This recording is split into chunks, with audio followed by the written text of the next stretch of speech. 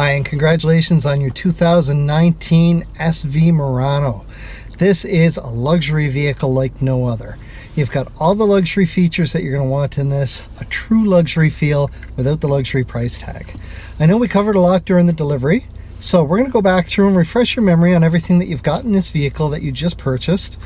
And hopefully at the end of this will clear up any questions that you have. But if there's still any questions at the end of it, please don't hesitate to get in touch with me. You can call, text, email, or stop into O'Regan's Nissan on Baker Drive in Dartmouth, Nova Scotia.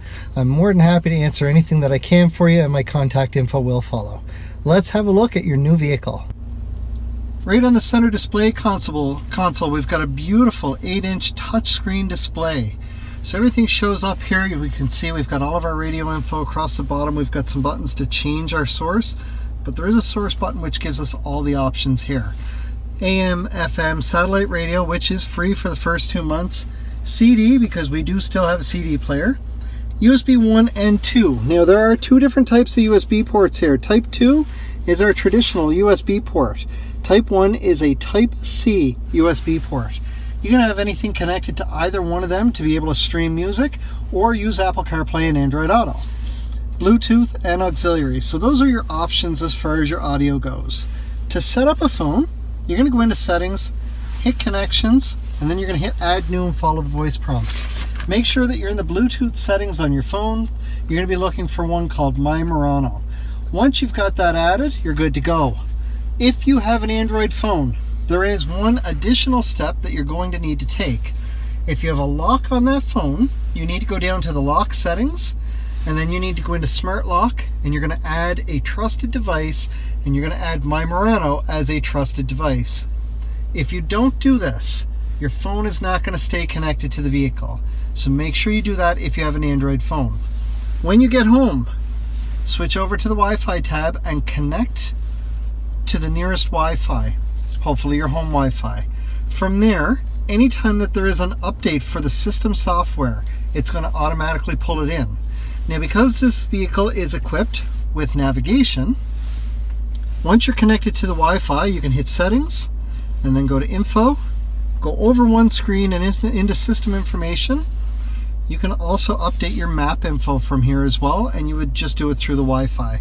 Once inside there, you're going to want to pull in the map data for your area. You can update the map data for anywhere in North America, and it will allow you to do this about 5 times a year. Nissan typically puts out updates, and it is free to do so through the Wi-Fi. So we're going to go back to the navigation screen. While on the navigation screen, if I know exactly where I'm going, I can just go street address, and then I can enter the street number, the house number where I'm going, and then I can enter a street name, and it is predictive texting. If I'm only looking for a point of interest, I can simply go into points of interest. I've got all kinds of categories here, and it gives me 2 rows of options here. I can spell it out, or I can pick by category. And once you go into a category, it's going to start with what's closest and then work its way further out from there. Very, very easy to operate. Down below this, we've got dual climate control. Right now, I'm set to 23.5. If I have a passenger who wants a different temperature, they can simply press the dual button, and then they can set their own side as warm or as cool as they like. It will go down as low as 18, and it will go as high as 32 degrees. So once your passenger gets out, simply push that dual button again to turn it off, and everything goes back to the driver's side. There is an auto function here. When I turn it on auto, it's automatically going to determine where my airflow goes. As we see, it just switched. It's also going to automatically determine what my fan speed is. What it's doing is it's trying to get me to this temperature as quickly as possible. That fan will dial up all on its own if necessary, and then as you get closer to the actual temperature that you've got set, it will start to dial back on its own. Then it's going to do what it needs to just to maintain the temperature that you've got set. If you want to manually adjust your fan, you can use either of these buttons, and in doing so, if we watch here, it will automatically turn off the auto. The same thing for mode. The moment I do that, auto turns off, but I can pick and choose where my airflow is going to go at that point. If you want it strictly on the windshield, you simply hit this button down here, Your rear defrost is right here, which is also going to activate your heated side mirrors. We've already looked at the USB ports. Down here we've got our heated seats. There's high and low. They work very well. We've got a nice large storage area here with an extra 12 volt power port right here. So this is the same as the one right up beside our USB ports there. Now your vehicle is equipped with remote start, and we're going to get into how to work that a little bit later. However, when it is below 3 degrees Celsius outside and your engine is cold and you remote start your vehicle, regardless of what this is all set for here, all your airflow is going to get focused up in the front windshield as well as the 2 front side windows using the vents up on the top of the dash. It's going to turn on your rear defrost, which will activate the heated side mirrors, and it's going to turn on your leather wrapped heated steering wheel. So that's all going to happen automatically when you remote start under those conditions. Over here on our steering wheel, we've got the settings for our cruise control. So I can turn it on and off here, and we notice up here it shows up. From there, I can tap down to set my speed. I can tap up to resume if I've had to cancel or tap the brakes. I can tap up a couple times to increase my speed or down to decrease. And then I have my cancel button. Over on this side, from the bottom up, we've got our volume for our radio.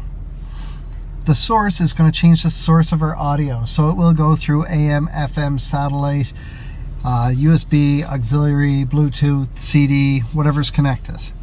We'll come back to this button in a second. Our OK button with the arrows above and below it. If I look over at my audio, right now I'm on preset 4. If I tap up on that OK button, I go up through the presets. If I tap down, I go back down through them. This button here will answer a phone call or hang up at the end of a phone call, and our top button will allow you to make an outbound call, access your phone depending on the type of phone that you have, or set a destination through the navigation system. Because if I look back at the navigation system, these are all going to gray out once I start driving. However, I can use that voice recognition button to still set my destination, keeping it very easy so that I don't need to pull over. Now our shadow box with the arrows on either side is for our driver assist display. This first screen that I'm on is our home screen. It shows me a digital compass, a digital speedometer, and what's going on with our radio.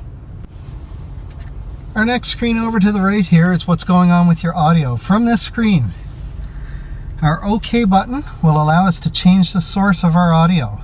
So as soon as I push it, anything that's applicable at this point in time becomes an option here, and I can simply select what I want on. Next screen to the right is for our navigation. So this screen simply has a compass and a car. Once you set a destination on your navigation, that compass is going to go away, as is the car, and you're going to get an arrow going up to the right or up to the left, whichever direction your next turn is, as well as a distance being counted down until that next turn. Next one over is just our driving computer here. So this will give me my average fuel economy, total distance driven, so a trip odometer on the top right. Bottom left is average speed, and bottom right is total time it's been running since it's been reset. To reset this screen, I'm simply going to press and hold the OK button, and we see everything resets back to scratch again. The next screen is simply our fuel economy, and we've just reset that. I can reset only that from this screen here by pressing and holding the OK button. Our driving aids. So this is the automatic emergency braking in the front. What that entails is when you have a vehicle that's in front of you that suddenly hits the brakes and you're closing that gap in a hurry, inside your Murano here, it's going to beep at you and the gas pedal is going to push back against your foot. If you do not react fast enough at that point, the beeping will get louder and faster, and if necessary, it will start to apply the brakes for you. The next thing is our blind spot indicators, which you have on each side of the vehicle and the black A-frame pillar next to your mirror. When there's a vehicle in your blind spot, whichever side it's in, the indicator on that side is going to light up and stay lit up a dull orange as long as part of the vehicle is in your blind spot. From there, if your blind spot indicator is on, so let's say for example my driver's side one is on and I signal to go left while that's on, that's going to start flashing and it's going to beep 3 times inside the Murano here just to let me know, hey, have a peek over your shoulder, there's something in your blind spot. The last piece of this is the rear cross traffic detection. When you are backing out of a parking spot, if there is movement within 2 car lengths on either side of you coming towards you, Inside the Murano, it's going to beep at you, and whichever side your movement is coming from, your blind spot indicator on that side of the vehicle is going to be flashing to let you know, stop for a second, you got something coming at you from this direction. Tire pressure will show up here once you start to drive. It'll show each tire individually. Should you get a low tire, it's going to pop up and tell you low tire pressure. From there, when you go to the garage to put air in the tire, simply go to the tire that it tells you needs air, start putting air in. Once it gets to the right tire pressure, the horn's going to beep to tell you, hey, you're done. If you were to continue putting air in, or you went to the wrong tire, when it hits the upper limit, the horn's going to beep 3 times in a row. Please stop putting air in your tire at that point, or you risk blowing your tire. Also, if that should happen where you get 3 beeps in a row, please do it to the other 3 wheels as well. That way the tire pressure is the same in all 4 wheels and you get even tread wear. This screen will allow you to review any warnings. So if I go back a screen and I open my door, so there's a warning. I got my warning pop up here and a yellow triangle up the top here.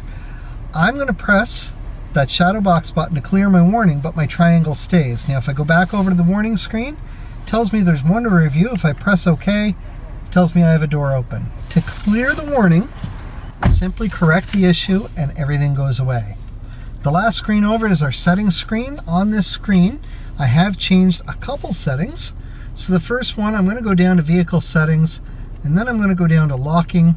By default, our vehicles will automatically unlock the vehicle when you turn it off. I have set this one, so the moment you shift into park, it's automatically going to unlock.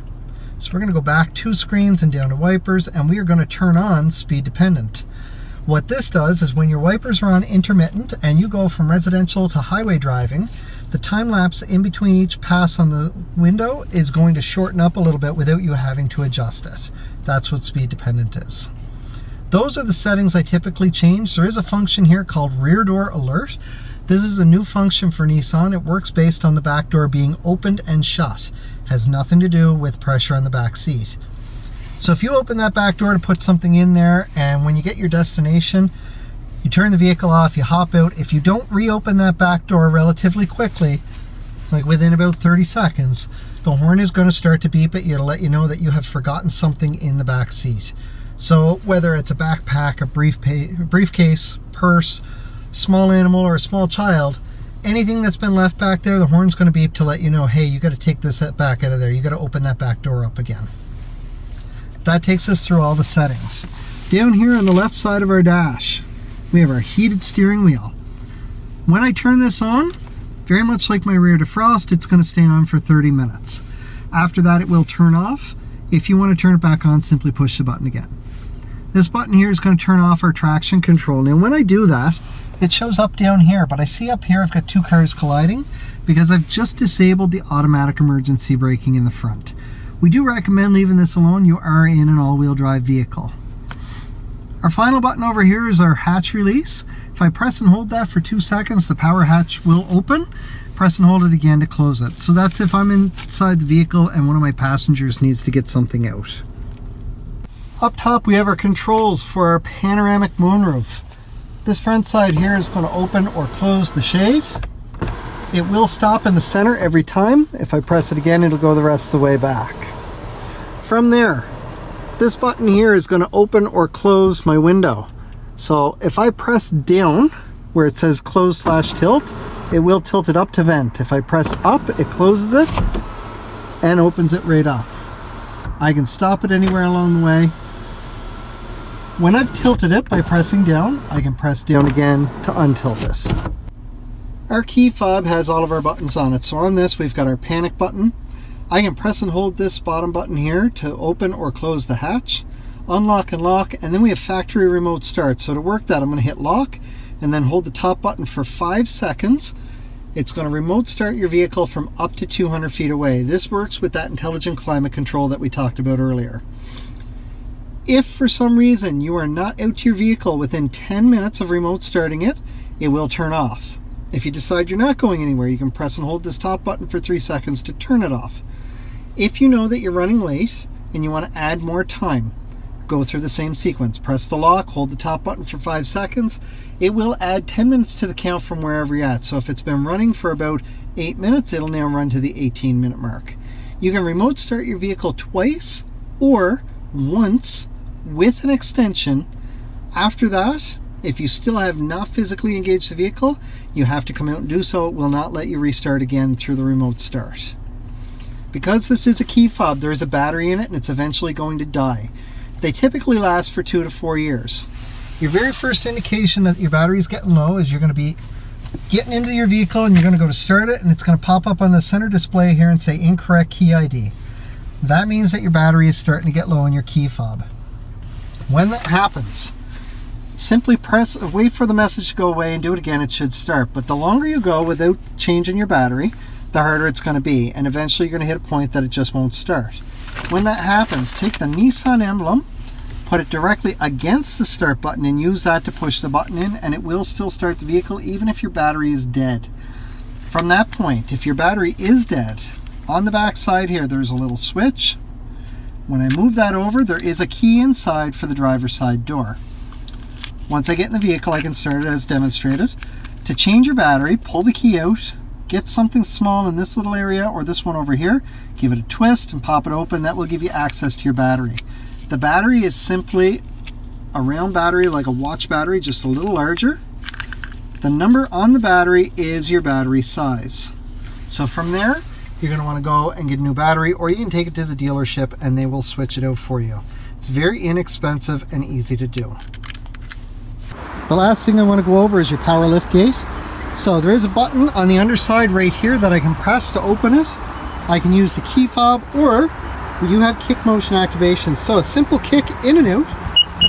It beeps 3 times and it will open your hatch up. From there, it opens up all the way. I can push this button here to close it. I can push the button on the key fob, or once again, straight kick in and out